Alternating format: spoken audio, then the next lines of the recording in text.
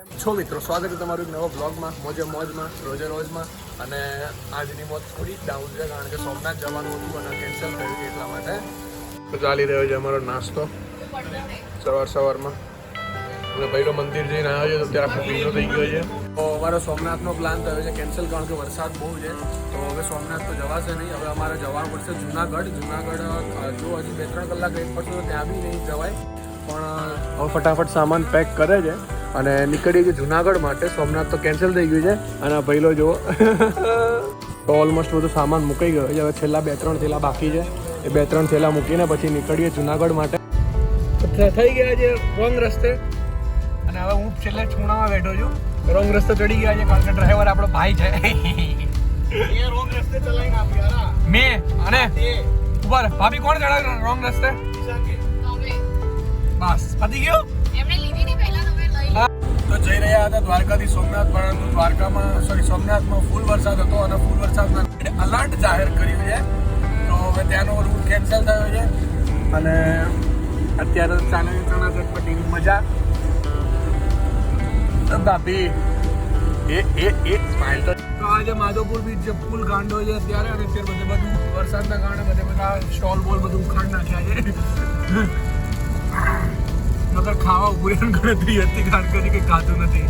અને હું હવે અહીંયા શાંતિથી પડ્યો છું ભેંસ જેમ અને આગળ બધા બેઠા છે આખલાઓ જેમ. એ કેવું તો હતી જે બ્લોગ બનાવે છે નાનો આખલો અને જે અભી હાલ બોલ્યો એ મોટો આખલો. નાના કરતા તો ઓબ્વિયસલી મોટો પણ તું બી નાનો આખલો. મમ્મી લોકોની ગાડી પાછળ આવે છે એની બાજુ બીજાની છે. આખો જરા લાઈટ ના મારે યાર.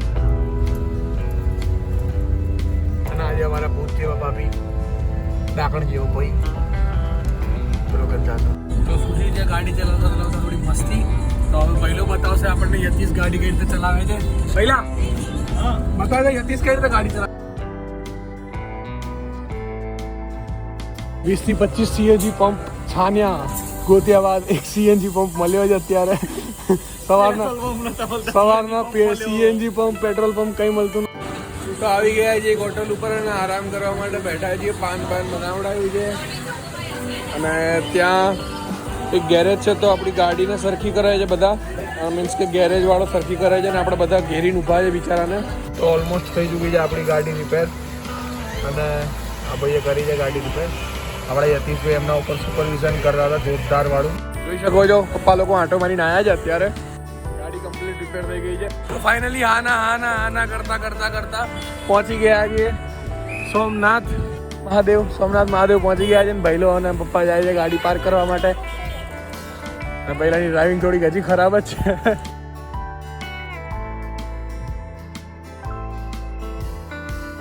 તો આવી ગયા છે સોમનાથ મંદિરની અંદર અને કંઈક આવો લુક છે. જોરદાર લાગે છે. પ્લસ ક્લાઉડી મોસમ છે અને સાઈડમાં દરિયા કિનારો છે. જોરદાર સિનરી આવે છે અહીંયા તો. Two good bro. એની ફોનની હેરાફેરી કરી હો ભાઈ. અને બિચારા ચાચુ કંઈક ગમમાં ઊભા લાગે છે. કંઈક વિચારે છે સારું એવું. તો આવી ગયા છે જમવા હવે હોટલમાં. પહોંચી ગયા છે જુનાગઢ આશ્રમ પર અને ગાડી થોડી બગડી હતી તો આ લોકો સરખી કરે છે. પહોંચી ગયા છે. આજનો બ્લોગ આટલા સુધી. મળીએ નવા બ્લોગમાં મસ્તીઓ સાથે. ચલ સીને ટપલી મારતા આવીએ.